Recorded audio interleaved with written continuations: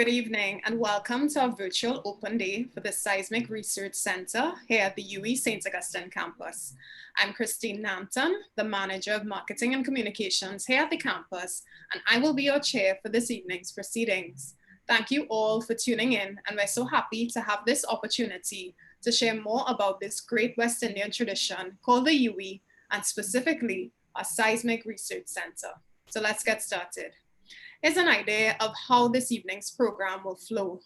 We'll begin with brief remarks from the director of the Seismic Research Center, a video presentation, and then we'll move into learning a bit more about the postgraduate programs of study that are offered. After which we will transition into the question and answer segment, and we'll also hear from our Division of Student Services and Development on student services available to all students at the St. Augustine campus.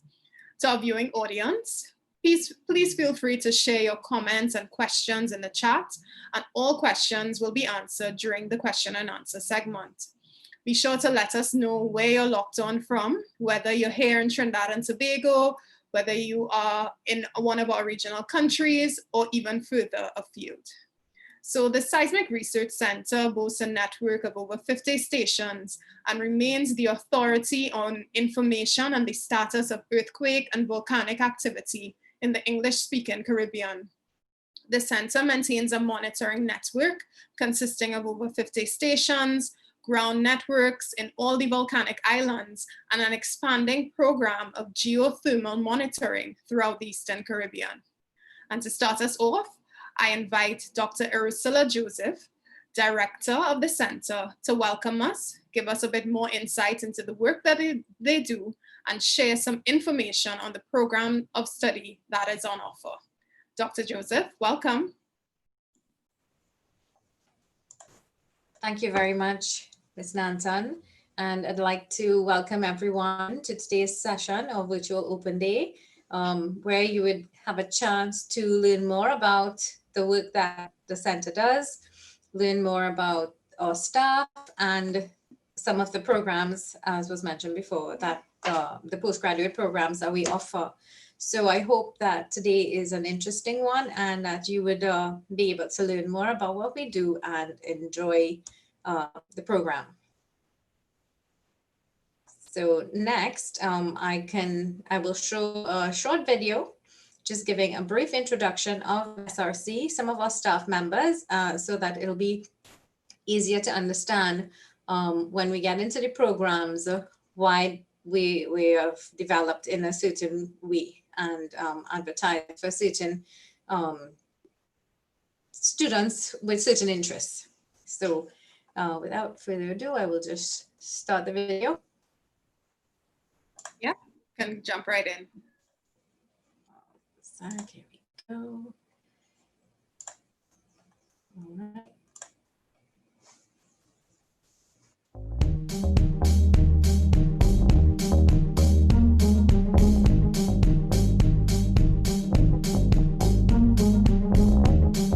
The University of the West Indies Seismic Research Center is the foremost authority on earthquakes and volcanoes in the English-speaking Eastern Caribbean. Providing contributing governments with the information on these hazards, we aim to help persons mitigate the hazardous effects of geologic activity. With over 60 stations, the UWI SRC operates the largest seismic network in the Caribbean and also manages the Montserrat Volcano Observatory. The Seismic Research Center is an agency for monitoring earthquakes in the English-speaking Caribbean from Trinidad in the south to St. Kitts in the north. It came about because there was a demand and a need for a resident team of scientists who had some level of expertise in monitoring volcanoes and provide advice as regards what was happening with these hazards that could potentially impact people. So in an organization like Seismic, you have to have a range of disciplines really to get what you want. We are scientists using techniques. It means that you have to have technicians who know how to make the instruments work. We have to have computer engineers who know how to drive the software. So you have to have a range of skills. So we have a technical section with seismology technicians, and they are responsible for having the data collected and processed. How we monitor volcanoes are a number of techniques that are used. The key to seismology, locating earthquakes, that are associated with volcanoes. Second way is to do ground deformation. So when a volcano is showing signs of activity, it changes shape, and changes to the shape of the volcano is monitored. And the third way is the one that I'm directly involved in, and that's using the chemistry of the volcanoes. So we look at the chemistry of the waters and the gases that are emitted at hydrothermal systems over time. Electronics department is like the core or the heart of the operation of SRC.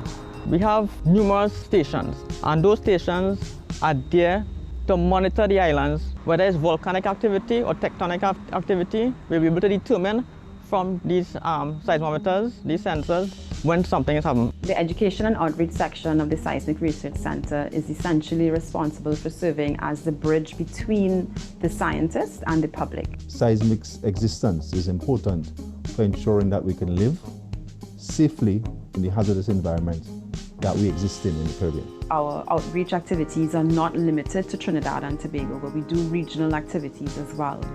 We have two standard ones that we've been doing for several years now. St. Vincent's Volcano Awareness Week is held every April to commemorate the 1979 eruption of the Soufriere volcano.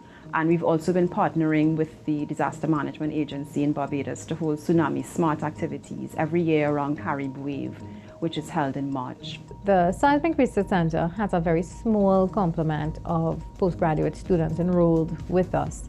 4 degrees, both MPhil and PhD in seismology and volcanology. We're constantly looking for partnerships that allows us to advance research and research projects that look at particular areas. We have a big program to grow the amount of geoscientists in the region who are experts in volcanoes and earthquakes and tsunamis. So, for example, we've had projects ongoing in St. Vincent, which involve collaboration with colleagues in the UK, from University of East Anglia, from Oxford, from Cambridge, from various places, that have had a research student who is looking at how magmatic systems evolve throughout the Caribbean. This helps us to train the new sets of geoscientists. They're learning techniques that would help them to get a job later on apart from in research, but also overall they're coming out with a product that would help us as an institution guide governments to better plan for and prepare for hazards in the future.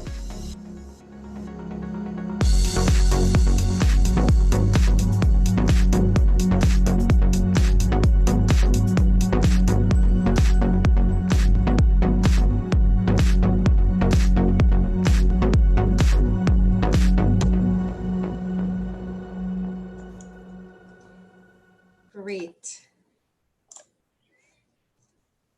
So I hope that after seeing that video, you have had a chance to see a bit more about what we do and meet some of our staff.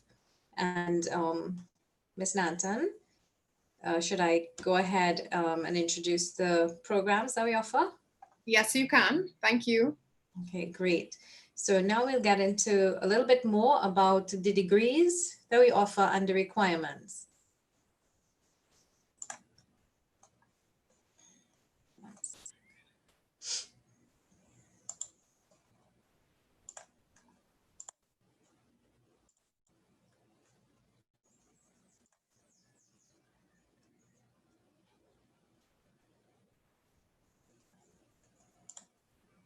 Okay, great. So, as was mentioned before, we have a very small complement of postgraduate students, and they're both able to do MPhil and seismology programs in, MPhil and PhD programs in seismology and volcanology. The requirements are the standard regulations that are approved by the faculty and University Board for Graduate Studies and Research, which involve a minimum qualification for admission to an MPhil program with a BSc General Honors degree with a minimum GPA of 3.0 or its equivalent from an approved university. The applicants to the MPhil or PhD research programs should liaise with a potential supervisor. So it means that it is advisable that you contact us first, and we have shared and we will continue to share our email address, and you express your interest in terms of your research areas and your qualifications, And if you have a clear research project that you are interested in, or you have an idea, that we can put you on to a member of staff who would be able to help you develop that project into a proposal. At this stage, it is usually passed through the head of department to ensure that we have all the necessary materials and to support the research, and then the approval then goes through the university with the application being submitted. And of course, a supervisor who has agreed to supervise the course of study. Some of the topics that are usually covered under the PhDs and the MPhils in seismology and volcanology include petrology and geology research, seismic hazard, seismic risk communication, volcano emergency protocols, hydrological features and seismic noise, geochemistry, sensor development and testing, modeling, as well as the study into geothermal systems themselves and their processes and dynamics. Why should a postgraduate student look at studying at the research center? It provides an opportunity, as you may have seen in the video, to gain some real-time experience in monitoring geological hazards.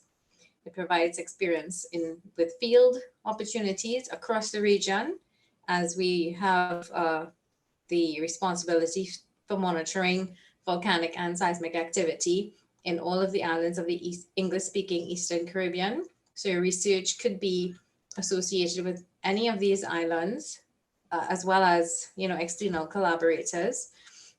You have a chance to learn and develop new skills from interacting with all of the different sections at the center, which is something we encourage students to do. So they learn not only about their specific area of study, but become a more well-rounded geoscientist as they learn more about what we do in the different sections of our operations. And you develop a better understanding of the needs of our region, and the output of your research can definitely help to assist in this regard. So this picture is just a look at some of the graduate students who've been with us and who are still currently with us. As you can see, we've had both graduates in both the MPhil in volcanology and PhDs as well. So I encourage you to have a look at our website to learn more about us, and if you're interested, to contact us further. And this is the information that you can find if you need to contact us by Facebook, Twitter, or YouTube channel, and of course our website. So, thank you. Thank you so much, Dr. Joseph, for that really passionate and comprehensive presentation. It's always amazing to hear about the scope of work that's undertaken by our institutes and centers on the campus. And I mean, who knew you can do such detailed work and such hands-on work in volcanology and seismology, which, continue to be critical areas of study, particularly for our region. So we're going to transition to the question and answer segment shortly, but I encourage all participants to continue to share your questions and comments with us in the chat. And I hope that the information that we're sharing this evening is helping to better influence your decision to choose to join us at the UWI St. Augustine. At this time, I want to assure you that we are really committed to the academic journey of all our students. And to this end, and of course, in light of COVID-19, we are adjusting the format of some of our courses and programs overall, but at the same time, we will be maintaining the quality of these programs and courses. So there are a couple of things to note in this regard. Firstly, we are planning for a September start this year, but we anticipate that teaching will be done as a hybrid, a mixture of in-person and online instruction. So with the integration of this on-campus teaching as well as online delivery, it's going to vary from one course to the next. Some may be entirely online. Others, particularly those that entail physical learning or exploratory activities, such as the work done by the center, we will offer some combination of on-campus and on-site activity. We also know that we have some regional persons who are viewing, and so currently, of course, the borders in Trinidad and Tobago remain closed, but we on the campus, like the rest of the country, we continue to be guided by our local authorities on the reopening of our borders, and we will continue to monitor the situation and provide timely updates to our students as they come in. So additionally, all on-campus activities from September will be conducted in keeping with the established COVID-19 protocols for public spaces, especially physical distancing and the wearing of masks. So of course, we continue to be guided by the best advice of our local health officials and our government regulations surrounding all of this.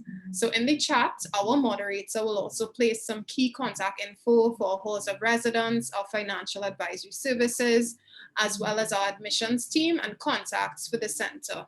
So we have with us this evening, Dr. Sarah Chinyanki, who is from the Counseling and Psychological Services Unit, which is an arm of the Division of Student Services and Development.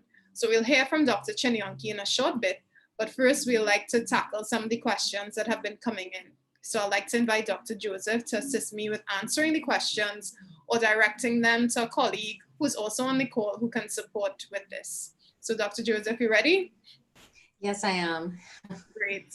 So our first question, is there any field of study that I should pursue at the undergraduate level so I can qualify for one of the programs at Seismic? Yes and no in that.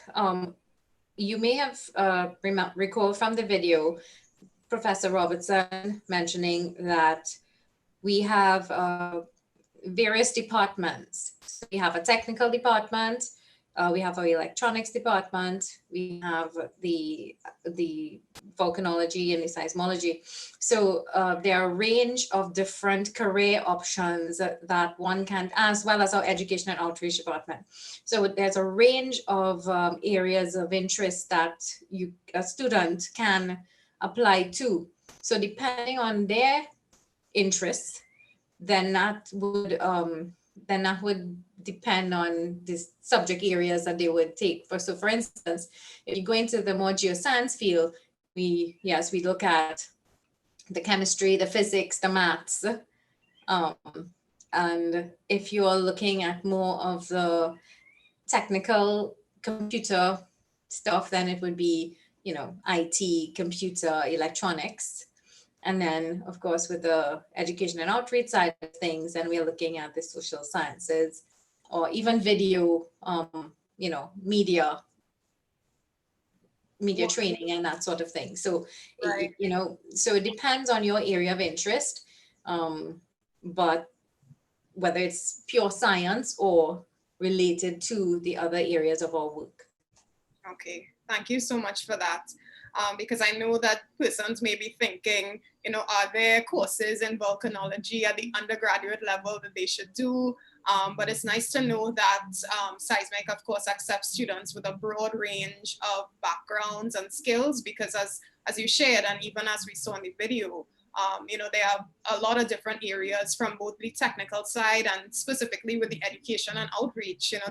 That's an area that has always piqued my interest, and I've always been impressed with the work of Seismic in terms of really educating and empowering the wider national community and our regional community to see the importance of the field and also the way in which it continues to impact our environment. So it's really good to hear that as well. One other question that just came in, does the Seismic Research Center offer any short courses on campus? Okay, so before I answer that question, I'd actually like to introduce two of my colleagues who are here with me. Professor Richard Robertson, who you may have seen on the video, and he's a geologist by training, but he's actually also the former head of department. And Mrs. Stacey Edwards, who is our current education and outreach officer, and she has a team of people who work with her to help us provide that information to the public and our stakeholders. So with respect to your question, in terms of, remind me again? Any short courses on campus? Yes, short courses on campus. No, we don't actually have any short courses currently that are available. on campus, but we do assist other departments who run programs with some aspect of geosciences, and they often request us to guest lecture on those programs. I'm not sure if Professor Robertson may have anything to add here to that, because he's actually been, a part of the campus. Sure, Professor For a longer Robertson. time. A couple of things. First, as Dr. Joseph said, we don't currently run any courses per se, but we have traditionally assisted in courses that relate to our field. In our sciences, we have worked with people in physics, engineering, to run some courses. But it is not to say that, it is something that we're interested in, and we have in the past spoken to physics and collaborated with various other teaching arms, because seismic, traditionally, we don't really teach. We are more an operational facility, and we have students that work in that field. But we do assist, and and in the future, there might be courses that will be developed, for example, in areas like geophysics and geochemistry that we would assist with, that we either currently, we do assist with some now, and there may be others in the future. So there are some that we assist with now in departments like chemistry and natural sciences, and there may be new coming in the future. So something to look for. I think the other thing to note is in relation to what Dr. Joseph was saying before. You asked about courses that people could do before they come into programs at Seismic. Yeah. Now, bear in mind, the two programs that we have currently are in volcanology and seismology. So the programs that we ourselves are directly responsible for are science programs. So naturally, people who are involved in sciences. But as Dr. Joseph said, we work in areas that are quite wide. So we have people who vary from social sciences to arts to science. And therefore it means that if someone was interested in a project that may have something to do with something that we do, it's possible for them, for example, to get involved in a program in another faculty, like if it's an arts program, that may, for example, you be co-supervised by people at Seismic. So we have had, for example, students who are doing work in engineering, who are developing sensors, and they would probably work with us with co-supervision with members of staff here to help to develop sensors that would be useful for us to put in the field to monitor earthquakes, to monitor volcanoes. So there are options like that. For our program, certainly your science is the key thing, but if it's not sort of the volcano and seismology programs, there are other programs run by the university that we would collaborate with. And that makes it very wide, and it's really quite wide in terms of what you could get involved in. Wonderful, thank you so much, Professor Robertson. And one of the things that came up, because yesterday's session, we engaged the Institute for Gender and Development Studies. And so they also spoke as well to the sort of interdisciplinary nature.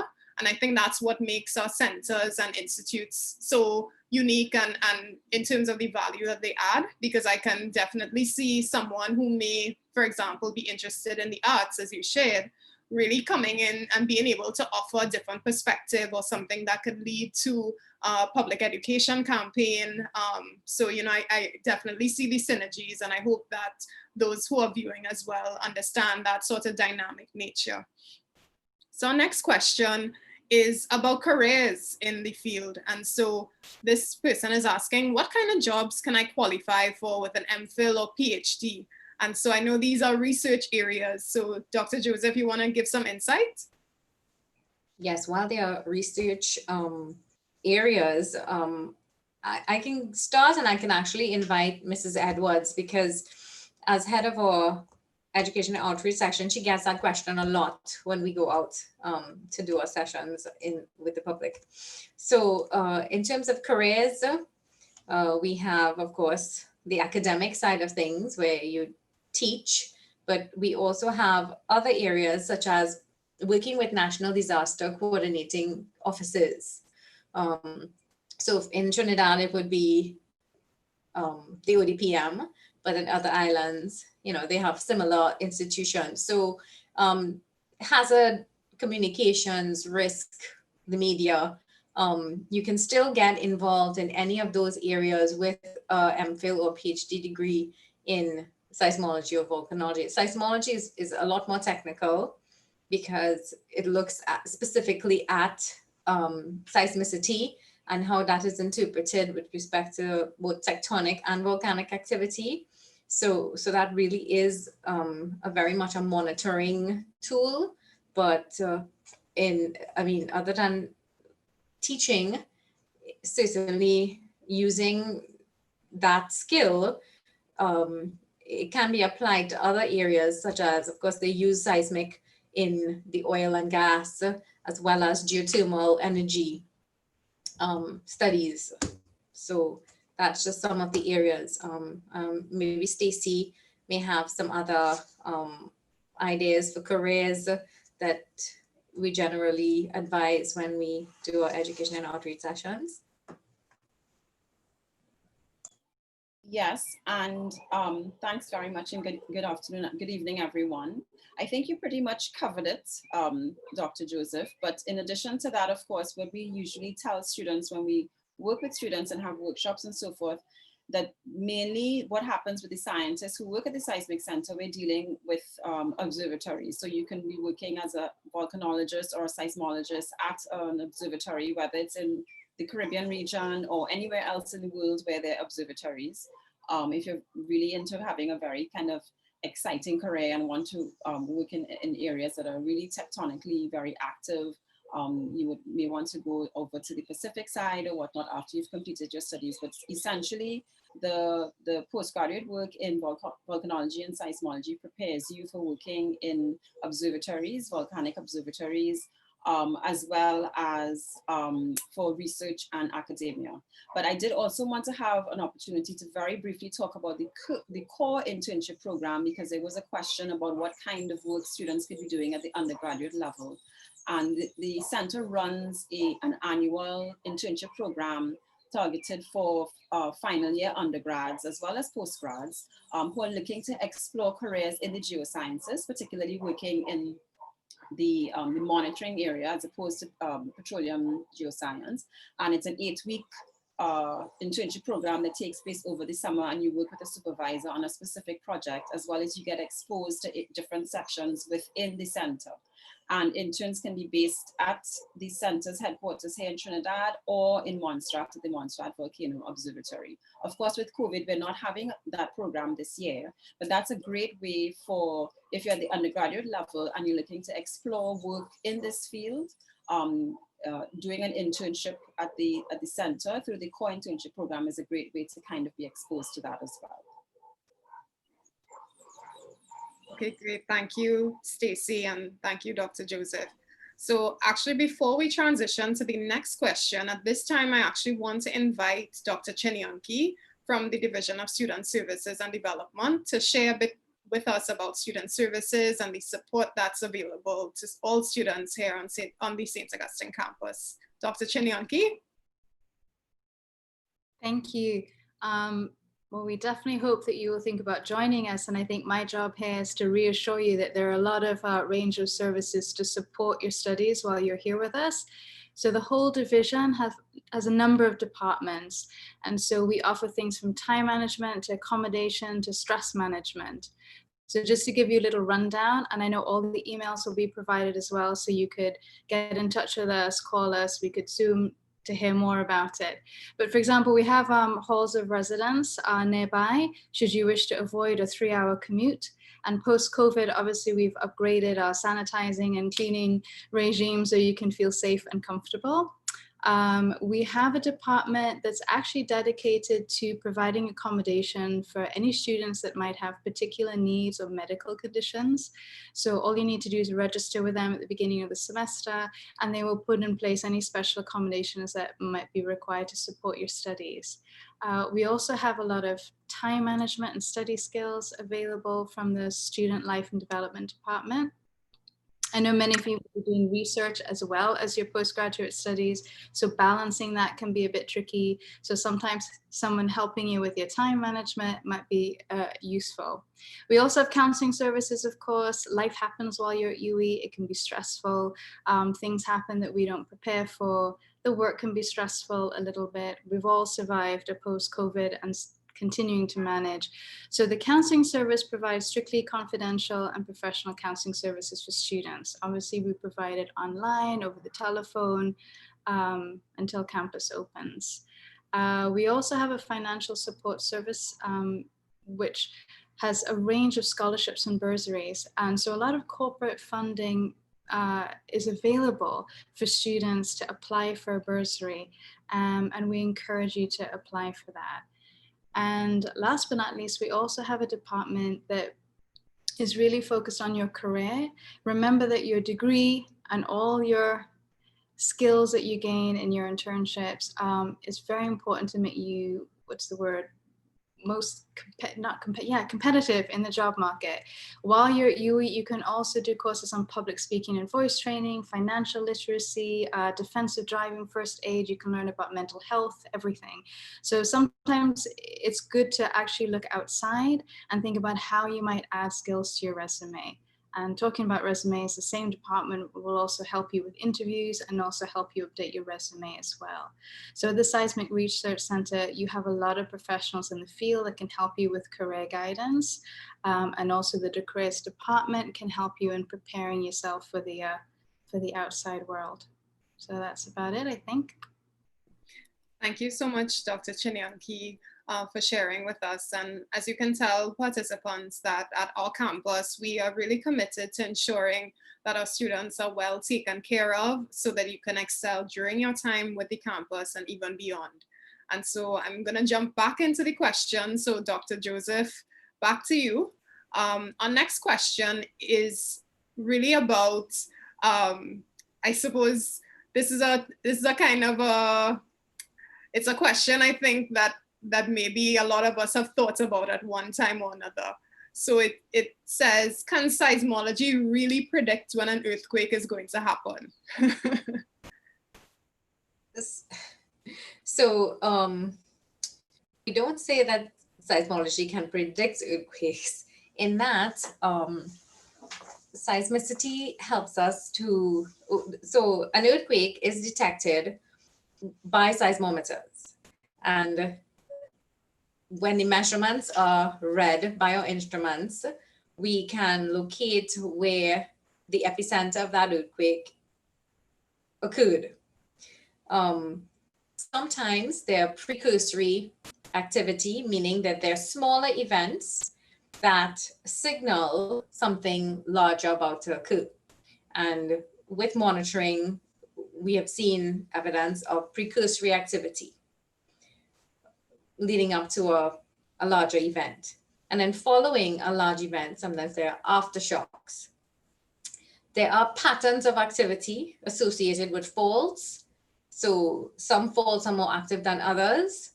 And then of course with volcanoes shows seismicity, and there's usually a pattern there that we can also detect in terms of stages of activity, whether it's at background, whether it's elevated and so on. But in terms of predicting exact place and times and locations, no. Thank you so maybe, much. I'm so sorry, maybe Professor Robertson can add a bit more.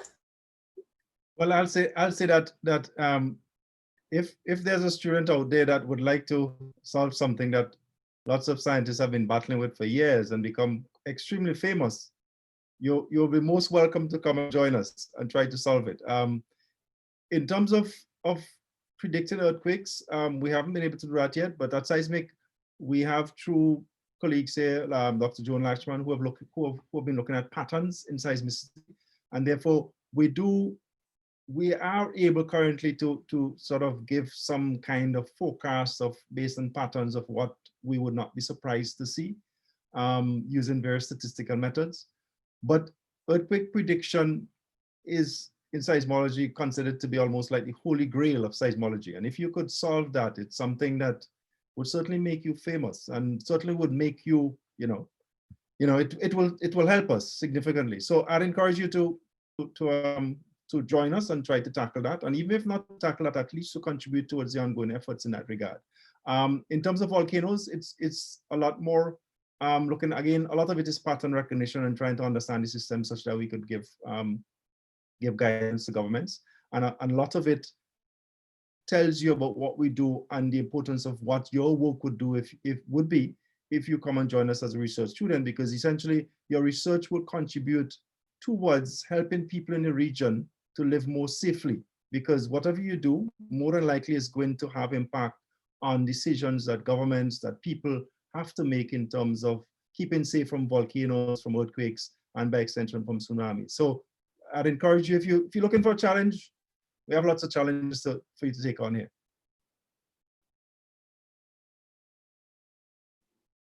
Thank you so much, Dr. Joseph and Professor Robertson. And I know that, particularly as you highlighted, Professor Robertson, that, we really want to encourage students who are coming to us to be game changers and to really push the agenda and to find new and innovative ways of approaching the work and the research that we do. So I'm adding to your appeal for the student to come to the center and come and really contribute to the body of work. So our next question has to do with whether or not the programs are part-time or full-time. So Dr. Joseph, this speaks specifically to the MPhil program. So the person is asking, what can they expect? Is it part-time? Is it full-time? What is the classroom experience like? Can you share? Yes, I can. So the MPhil and PhD programs can be done either part-time or full-time. Because I think Mrs. Edwards mentioned that a lot of our students get involved in the other aspects of our work. So they're usually hired out. We usually employ them as research assistants. And this allows them to be able to do work with the center that is unrelated, or that may be unrelated to their direct research, and as well as doing their research. So in that aspect, they will be part-time, but there are students who can register full-time if it is that you would prefer to just be a full-time student and complete the degree in a certain period of time. Because of course, a full-time student is given a shorter number of years in which to complete a program, and some people may wish to work and do the program, then they would need to do a part-time enrollment. So either is possible. Thank you so much. So it really speaks to the flexibility. So someone who may be employed, they can do the program part-time, and those who really want to zero in on their research can choose to dive headfirst and do it full-time and complete in a shorter period of time. So our next question is actually with regard to GATE funding, which for any regional viewers that we have with us, it's higher education support, government assistance for tuition. So Dr. Joseph, are the programs in Seismic covered by GATE? Yes, we are covered by GATE. Yeah, we recently got a confirmation of that from the ministry. Okay, great. Thank you. Our next question, I know that it was mentioned earlier that the Seismic has centers all over the Caribbean. So this person is asking, would students enrolled in Trinidad and Tobago also have the opportunity to visit some of these centers across the region? When you say centers, I guess when they probably mean volcanic centers, or some of the region. Yes, because, well, of course, Trinidad is not volcanic, so which is one of the reasons why Seismic is based here. In the event of an emergency, one of the islands that the monitoring agency isn't affected. So yeah, so if you're definitely involved in a volcanology degree, and it's associated with one of the other islands, because for instance, I was a PhD students in volcanology with the Seismic Research Center. And my work was centered on Dominica and St. Lucia. We have students who are doing studies on St. Vincent and the Grenadines, and Dominica, Montserrat. So a lot of it would involve having to go to the island where the research is based and working with stakeholders there. So Professor Robertson may be able to add to that question as well. Yes, I mean, I think what I'd like to say is that we have a small program, but one of the things we try to do with our students is that even though and essentially it's a research degree, so it's a degree in which you define a problem and you try to solve that problem. But the problems we work in and the world in which we work in are very practical and operational worlds. We're monitoring volcanoes up in the islands and monitoring earthquakes which could affect people. And one of the things that we try to do is that even though a student comes in and they're focused on a particular area, we try to make sure that they get a much more rounded perspective of what it is working in an observatory. So that you may have a student who's working on a petrological problem, looking at rocks and trying to understand how magmas operate and volcanoes operate. But that doesn't mean that that's all that they do. Invariably, everyone that comes into Seismic has to do some sort of outreach. So they invariably have to assist us with educating the public. They have to interact with students. So they get some skills in terms of communications and communicating science to people. That goes without saying. In addition, more than likely, they're going to be attached to a particular quote unquote department. And in Seismic, we have educational outreach, we have seismology, we have volcanology. So that it means that they could come in and they're working in a particular area, but then they learn how to process earthquakes, how to solve earthquakes. They might be looking at solving earthquakes, but then they learn how to monitor ground deformation at volcanoes. Because the intention that we have is that when they leave Seismic, they would be skilled in a wide range of areas, practical areas, that they could actually pick up a job in any observatory, as Ms. Edwards said. But also, they would be able to communicate science to anybody, and therefore, by extension, they could work in a disaster management environment, as well as they could go into more applied areas like environmental management and things like that, where they're applying the science. So the intention is that even though it's a research degree, and most often when we think of research degrees, someone comes in, looks at a problem, and they do a lot of lab work and book work, and they read a lot. Yes, you have to do that, but you have to go out in the field. So when you ask a question about the classroom, invariably their classroom is outside outdoors. I will call it out in the bush on the volcano. That's your classroom, and that's what you have to figure out. So if you like that kind of thing, and sometimes it might be very boring, but often it might get extremely exciting. If you like that kind of thing, that's the place. This is the place to be. And the intention is to make it as rounded as possible, so that the graduates who we put out could solve problems, could operate in the world, could interact with people, and they're not just people who have, academics who could teach. We're trying to get somebody who's both academic and also very rounded, and that's what we're striving for. Thank you so much, Professor Robertson, for really giving us some further insight into the kinds of graduates that we want to produce coming out of the center. Our next question actually takes us a slightly different look at that, in terms of this person wants to know what are the research areas that need greater investigation, or what is their demand for in the area of either seismology or volcanology. Dr. Joseph, you want to tackle that? Yes. So I'm glad that question was asked, because the Seismic Research Center is over 60 years in existence. Correct, Stacy? Mm-hmm. And as a result, we've actually have a lot of seismic data.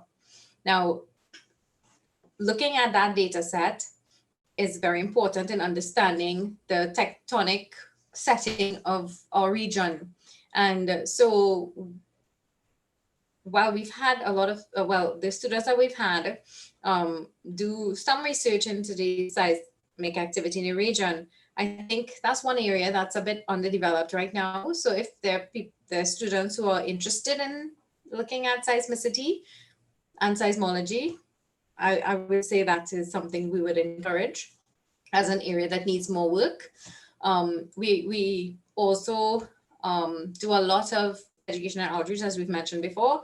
And that is also something that I think we would like to develop more, because with the advent of more, social media and other tools, social communication tools, there are new ways to communicate than what has traditionally happened in the past. So, people who are students who may be interested in developing that. And then there's also remote monitoring. So with COVID, the challenge of getting to islands is now a challenge. challenge. But anyway, and so finding ways to develop remote monitoring tools, for instance, sensors that can now really, so we have a very well connected seismic monitoring network where communications are through satellite as well as internet. Ground deformation also comes through, satellite and internet, but the geothermal monitoring side of things is slowly, moving into remote monitoring operations.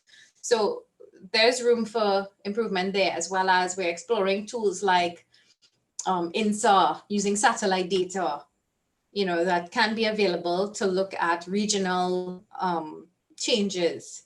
So those are the kind of things I would say we need more, we need, greater interest in, and we would encourage students who like that sort of thing.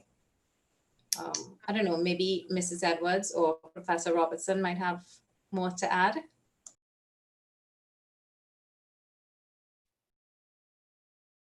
All right. I was giving Stacey a chance to go first. Stacey, you want to go first? No, I think Dr. Joseph has covered it quite well, and yes, I do agree that I think because the education and outreach in the midst of the geosciences is a field that's, I wouldn't say it's relatively new, but it's still something. So in other words, the education and outreach section of the Seismic Center was really only formalized about 10-15 years ago. So in relation to the age of the center, it's relatively new. And so the whole idea of risk communication and understanding ways in which we can communicate risk within our own regional context, I think there's definitely room for research in that regard. You find there's more and more research coming out in terms of risk communication and so forth, but looking at it within a Caribbean context, and definitely looking at it specifically as it relates to the center itself, because we would have been doing this now for some time, I think there's definitely scope there for somebody who might be interested in doing postgrad work in communication. Yes, and I mean, just to support all of that, I think, as Dr. Joseph said, I think one of the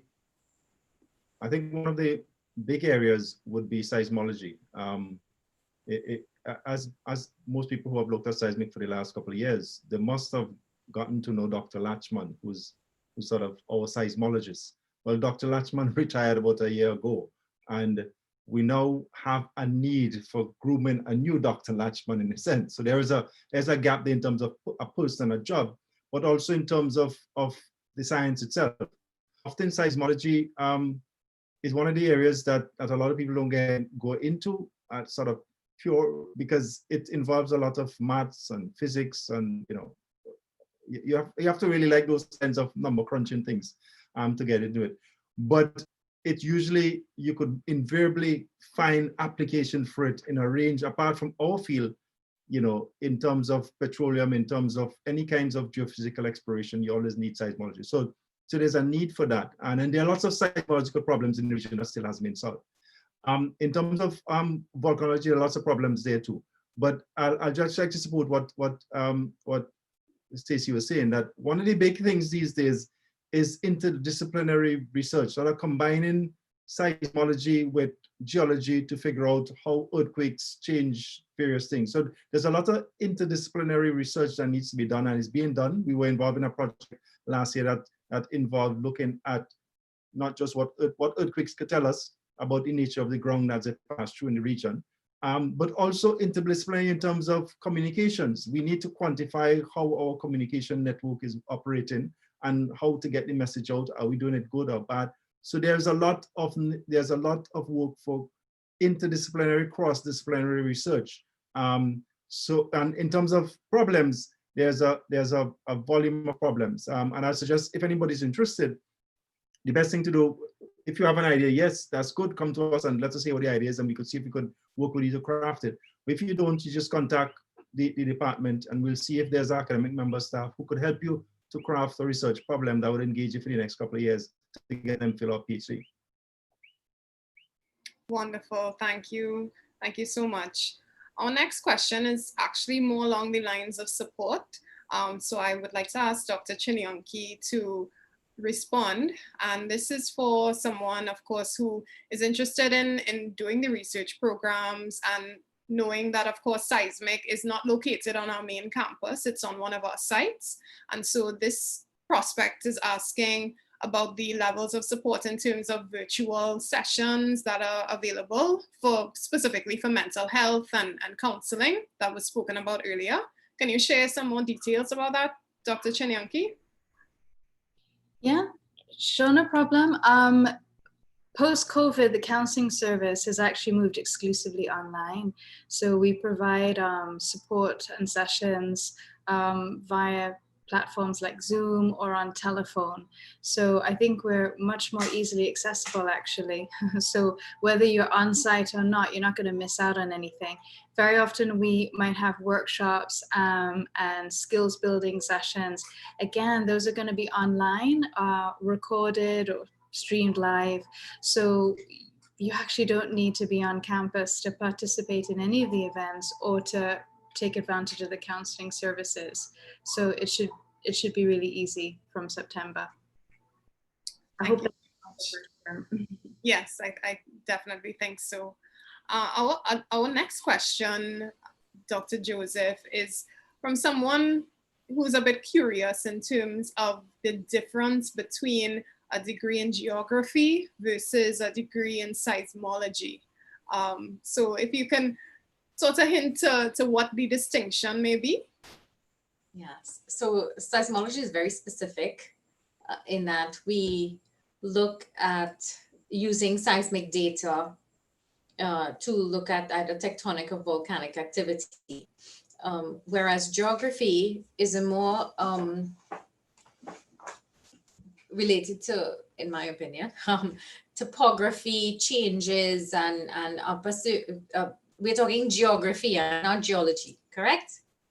Yes, geography. Yes, so geography would look at surface processes. It could do related to anything from human social interactions, as well as things like weathering and erosion and the weather. You know, so it's a lot more diverse and multi topics, you know, versus seismology, which is very more focused on using seismic data and looking at earthquakes, and it could do with building response to earthquakes and so on. So it's a bit different. Yeah, thanks for that. And I think the difference really lies in the specificity in terms of the types of research and looking at stuff happening, as you mentioned, the distinction between above surface and below surface as well. So I hope that helps the person who was asking that question. Our next question actually is for someone who is interested in working not just in the region, but internationally. So the question is, if I study at the UE Seismic Research Center, would this qualification be recognized in other countries? For example, if I wanted to work in the US or Europe? Dr. Joseph? Well, our PhD programs and MPhil programs are world recognized. We are one of the top universities in ranking.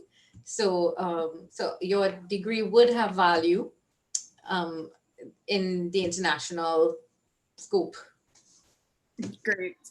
Yeah, just to add that, yes, we are leading in our region. We are in the top 4% in Latin America, first in the Caribbean in terms of the way in which we're positioned at the UE, and specifically for this area, of course, Seismic remains the authority for our region. So certainly that lends a lot of scope to taking the experience that you've had here and the expertise and your research and lending that to a more global outlook. And I know that Professor Robertson spoke about the real diversity of the courses and the hands-on approach. So I'm pretty sure that those skills and the things that you learn will serve you well to take that further afield.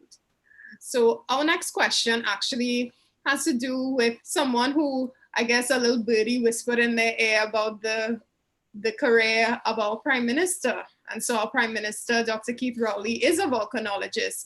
And so, I mean, I know that persons may not necessarily look to I suppose, the way in which a career in politics and a career in volcanology can come together. But Dr. Joseph and perhaps Professor Robertson, would you want to share a little bit more about that his career transition and some of the things that would have contributed to his professional development? I would actually let Prof. Robertson speak on this. Yes. Well, one interesting thing about Trinidad, I don't know if you realize it, that I think you have had more prime ministers who have been geologists and geology trained than you have in the rest of the region. Probably Jamaica also.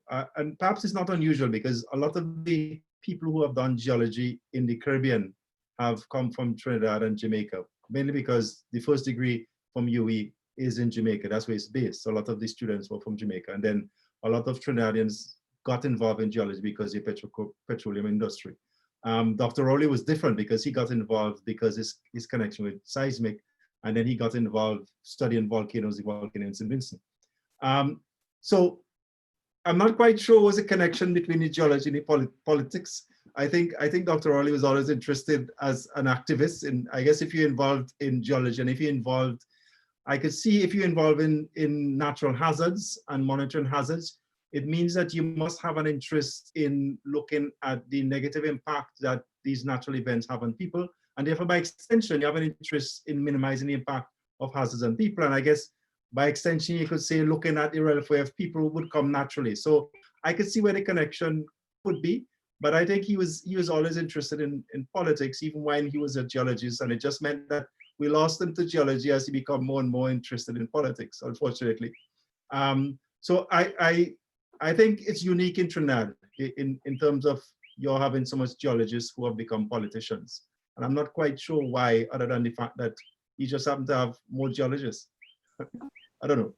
Professor Robertson, I think that speaks to the strength of that career option in UE and perhaps some of the research outlook. And I could see it very much being a popular choice of study, not so much for a career in politics, but more so for the way in which the information that you glean there really allows you to have a really diverse worldview, I suppose. So thanks so much for that. And colleagues, I believe we're at the end of our questions for this evening. I just wanted to share a comment that came in from one of our participants this evening, who said, "I always admire the work of the Seismic unit, your speed to share information, clarity, and reach on social media. Kudos to the team for your good work." And so I really think that's testament to the work that the center has been doing over the years. As we mentioned earlier, 60 plus years strong, Stacey. Yeah. And so of course we look forward to some of you joining us in the future to do our MPhil and PhD programs, and of course contributing to the work of the center in the future. So as we close, I would like to invite Dr. Joseph just to share some closing remarks with us. Okay, again, I'd like to support what was said previously, and thank you all for joining us. I hope you have enjoyed today's session and the information that we've shared with you.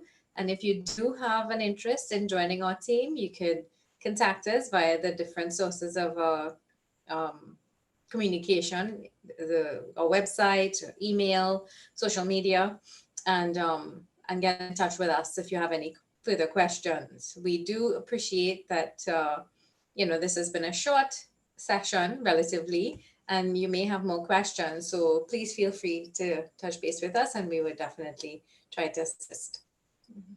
Thank you so much. And I'd also like to invite Ms. Edwards and Professor Robertson if you had any closing remarks.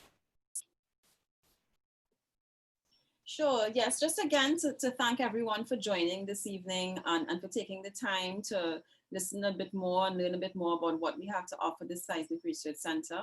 It really is a very dynamic and interesting place to work and study. And we hope to hear from some of the viewers on this webinar soon. Thank you. Thank you. Professor Robertson, anything to add before we close? Yeah, well, just quickly, I think we all recognize that UE is a fantastic institution. I think if you are interested in working in practical areas of the earth, in looking at problems that will have real world difference to people's lives up and down the Caribbean, this is a place to work in. We have lots of problems for you to solve. If you're willing to work hard, if you're willing to work in some challenging environments sometimes, if you're willing to keep fit while you're doing that, yeah, this is a place. We have a nice team here. We have a lot of people who are interested in what they're doing and therefore very passionate about what they're doing.